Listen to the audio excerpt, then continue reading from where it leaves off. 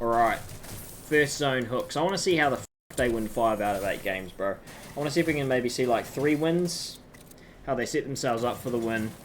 And then how they just secure it. Because in this meta, a lot of it actually comes down to whether or not low ground has 4 chug cannons or whatnot. So is it more pressure on height? Like, what are they doing? That's what I'm trying to work out. What are they setting up here? What's going on here? They're locking a poor team in here. Look at this little pinch they've got set up. Storm camping. Look at where second zone's gone though, bro. But they've got themselves onto not complete dead side, but they're away from center second. So in EU, you'll see this a lot where... Oh, didn't mean to do that. You'll see this a lot in EU specifically, where everyone's hyper-focused on second zone, because like in getting center of second zone. These guys playing edge of that first zone there. I mean, of second zone.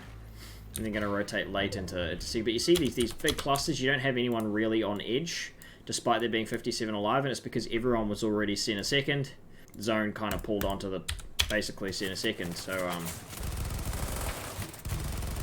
the constant pro player trait that I always talk about. Always looking for kills, always looking for opportunities to pick up refreshes, potential points, ways to spray people out of the lobby, all that sort of stuff. A little confused why they came in so late. And at least they've avoided the lobby spray. I'm surprised they did though, because they've actually walked right into water. If you look down here, they've walked right into the water here, so I can see like a pretty decent focus potential on them there, walking in late. So I think as soon as that pop, you'd want to try ripping. Getting some good beams off on those guys. Surely they've got a pad. No, they're going to go recycle that one. Nice. And recycling that, nice. Gets a good tank. Picks up an extra pad. Wow. That's beautiful from Chad. And that's the cool thing about having the chug cannon, is that you can just go in and take things like that and get away with that. Or do they lose Jannisz? No, he manages to stay up, but he has to land really quick. That is the only thing. If you stall off pads like that, the one thing about a pad, talk about just general pad theory, you never want to be the only person in the air. You always want to have 2-3 other teams padding with you, just so that there's multiple targets. You're not, hopefully it's like a 1 in 15 chance you're picked rather than a 1 in 3 or a 1 in 6. You want to really reduce the amount of chance there is of you being the one that's picked out of the air. Because I mean, this game's got so many elements of RNG in it, and in pad meta, that is definitely one of them. And where you always want to be reducing the chance of getting a spray, so always try go with as many people at the same time. So if you're going to stall out, don't do it for too long, because if you go last, like absolute last, you're going to have the entire lobby staring at you. So playing back a zone, probably going to be looked at playing a pad, I'm guessing, because they do have one. Checks his head, good fundamentals.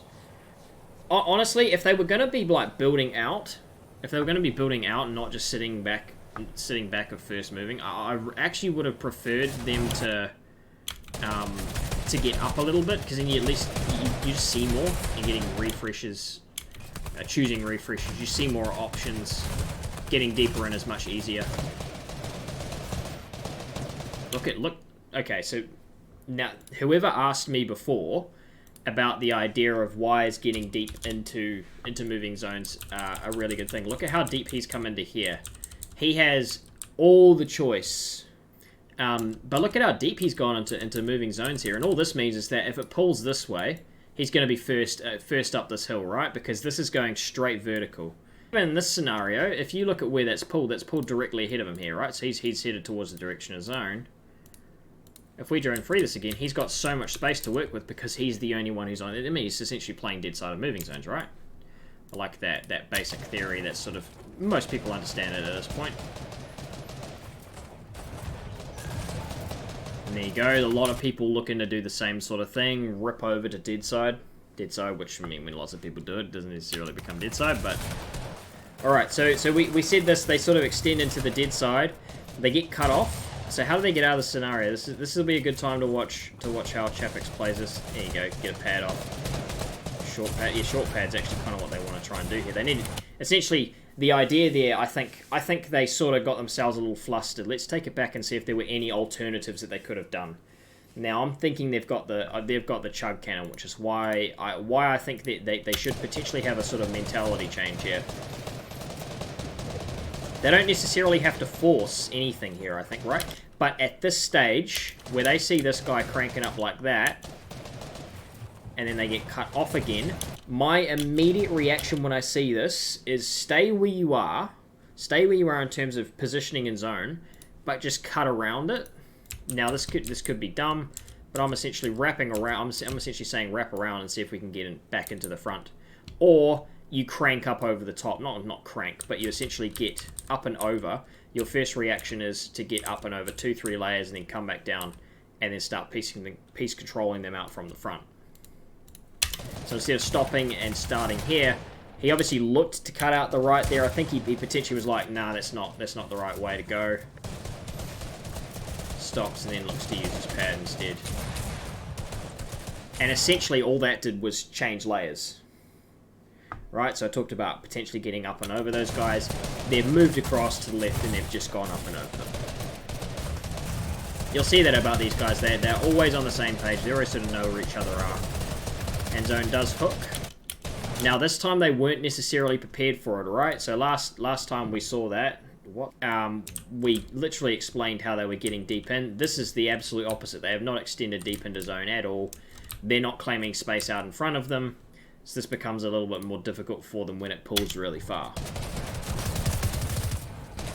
Jannisz definitely pops one. I don't know if that's a specific... He's leading the way. Is he looking for height straight away? No, he's just looking to tarp in.